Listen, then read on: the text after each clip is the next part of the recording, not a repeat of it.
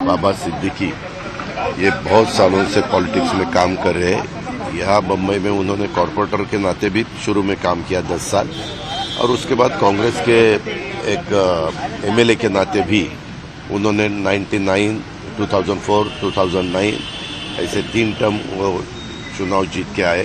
जो घटना हुई है वो घटना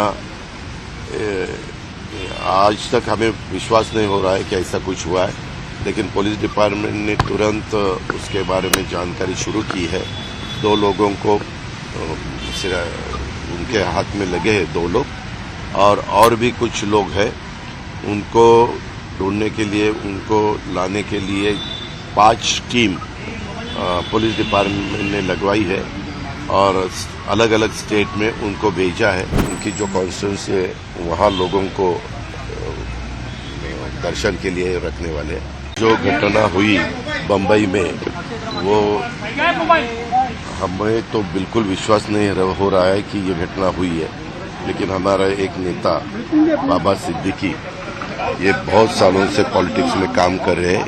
यहाँ बम्बई में उन्होंने कॉरपोरेटर के नाते भी शुरू में काम किया 10 साल, और उसके बाद कांग्रेस के एक एमएलए के नाते भी उन्होंने 99, 2004, 2009 ऐसे 3 टर्म वो चुनाव जीत के आए। बहुत अच्छा असेंबली में भी उनका काम था, मैंने खुद देखा। मिनिस्ट्री में भी वो थे, मिनिस्ट्री में भी उनका काम बहुत अच्छा होता था। जो भी उनका डिपार्टमेंट है, उनके डिपार्टमेंट का पूरा स्टडी करके लोगों को कैसी मदद हो सकती है इसके बारे में वो ज़्यादा ध्यान देते थे। और कल जो घटना हुई है वो घटना आज तक हमें विश्वास नहीं हो रहा है कि ऐसा कुछ हुआ है, लेकिन पुलिस डिपार्टमेंट ने तुरंत उसके बारे में जानकारी शुरू की है। 2 लोगों को उनके हाथ में लगे हैं, 2 लोग, और भी कुछ लोग हैं। उनको ढूंढने के लिए, उनको लाने के लिए 5 टीम पुलिस डिपार्टमेंट ने लगवाई है और अलग अलग स्टेट में उनको भेजा है। सीएम साहब भी इसके ऊपर उनका ध्यान दे रहे हैं, खुद होम मिनिस्टर भी दे रहे हैं, और मेरा भी है, हमारे बाकी साथियों का भी है। और जल्द से जल्द पता चलेगा कि एग्जैक्ट ये सब करने का कारण क्या है, किसने ये सब सुपारी दी, किसने ये सब किया। इसके बारे में तुरंत नहीं, लेकिन 1-2 दिन में ही पता चलेगा, ऐसा मुझे विश्वास है। और आज 8:30 बजे बड़ा कब्रिस्तान मरीन लाइन्स में जो है वहाँ उनको दफनाया जाएगा। सरकारी इत्मीनान दफनाया जाएगा राजकीय सम्मान से, और उसके बारे में भी गवर्नमेंट ऑफ महाराष्ट्र ने ऑर्डर्स निकाले हैं। और अभी थोड़ी देर के बाद पोस्टमार्टम होने के बाद उनको उनके घर में लेके जाने वाले हैं, और वहाँ कुछ टाइम रखने के बाद उनकी जो कॉन्स्टिट्यूंसी है वहाँ लोगों को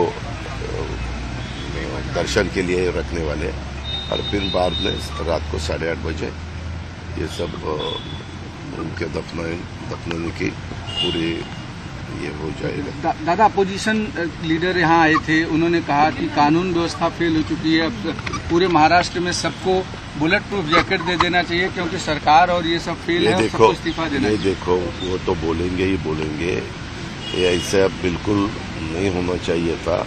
अभी अपोजिशन वालों क्या बोलेंगे, वही बोलेंगे, लेकिन हमारा काम है कानून ठीक रखना, कानून व्यवस्था ठीक न रखना, और उसके बारे में और भी जो भी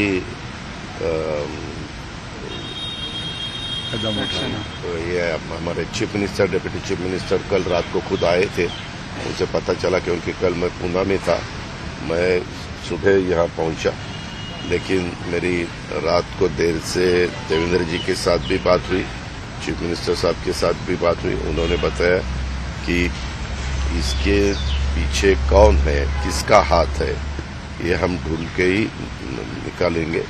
हम जरूर इसका बंदोबस्त करने वाले हैं जिन्होंने ये सब कदम उठाया। और अपोजिशन वालों को जो भी बोलना है वो बोल सकते हैं, लेकिन मेरी इतनी उनको विनती है कि अपना एक साथी, उन्होंने कांग्रेस में भी काम किया, हमारे महाविकास आघाड़ी में भी उन्होंने काम किया, अभी राष्ट्रवादी कांग्रेस में आके वो महायुति का भी एक घटक बने थे और अच्छी तरह से काम करने की उनकी कोशिश थी।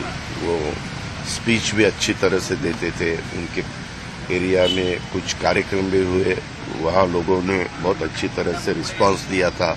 मैं खुद था, प्रफुल्ल भाई थे, बाबा थे, जिशान थे, सब हम थे।